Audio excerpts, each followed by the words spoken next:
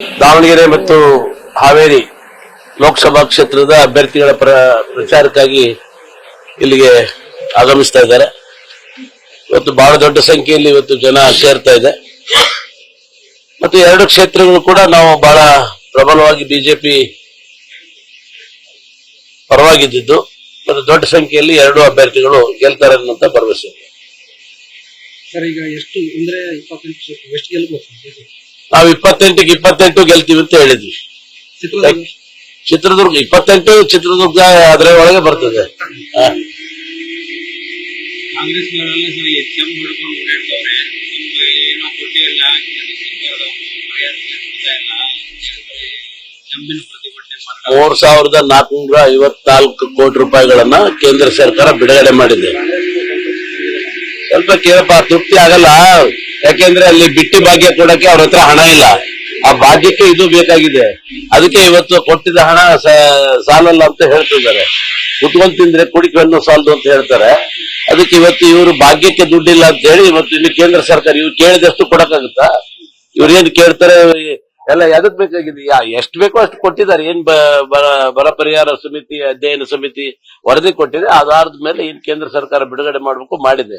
ಇವ್ರಿಗೆ ಬಿಟ್ಟಿ ಭಾಗ್ಯಕ್ಕೆ ದುಡ್ಡಿಲ್ಲ ಅಂತ ಹೇಳಿ ಕೇಳ್ತಾ ಇದ್ದಾರೆ. ಆಮೇಲೆ ಸ್ಟಂಟ್ ಎಲೆಕ್ಷನ್ 7ನೇ ತಾರೀಕು ಇರೋದ್ರಿಂದ ಕೇಂದ್ರ ಸರ್ಕಾರದ ಮೇಲೆ ಒಂದು ಗೂಬೆ ಕುಂದಿರ್ಸ್ಬೇಕು ಅನ್ನೋ ಉದ್ದೇಶದಿಂದ ವಿನಾಕಾರಣವಾಗಿ ಧರಣಿ ಸತ್ಯಾಗ್ರಹವನ್ನು ಮಾಡಿ ಜನರ ಮನಸ್ಸನ್ನ ಅವರ ಅಭಿವೃದ್ಧಿ ಏನು ಮಾಡಿಲ್ಲ. ಈ ಒಂದು 10 ತಿಂಗಳಲ್ಲಿ 11 ತಿಂಗಳಲ್ಲಿ ಏನು ಅಭಿವೃದ್ಧಿ ಮಾಡಿಲ್ಲ.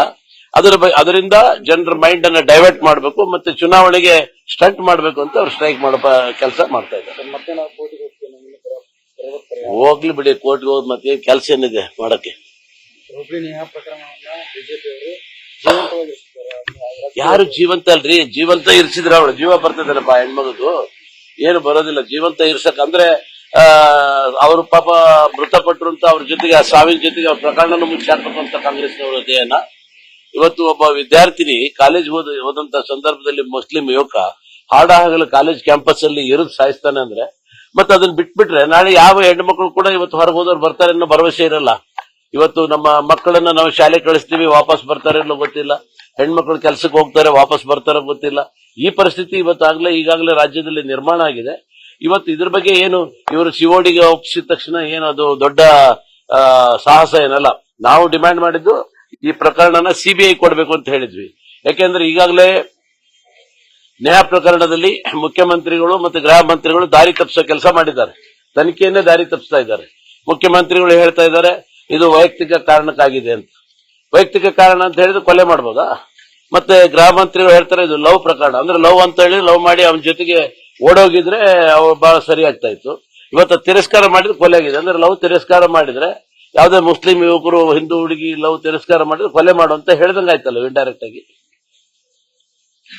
ಜೀವಂತ ಇಡೋ ಪ್ರಶ್ನೆ ಅಲ್ಲ ಪ್ರಕರಣ. ಇವತ್ತು ಪಾಪ ಹೋದ ಜೀವ ಬರೋದಿಲ್ಲ. ಆದ್ರೆ ಅಟ್ಲೀಸ್ಟ್ ಆತ್ಮಕಾರ ಶಾಂತಿ ಸಿಗ್ಬೇಕಲ್ಲ. Thank you. ನ್ಯೂಸ್ ಫಸ್ಟ್ ನಿರ್ಭೀತಿಯಿಂದ ನಿಮ್ಮ ಪರವಾಗಿ.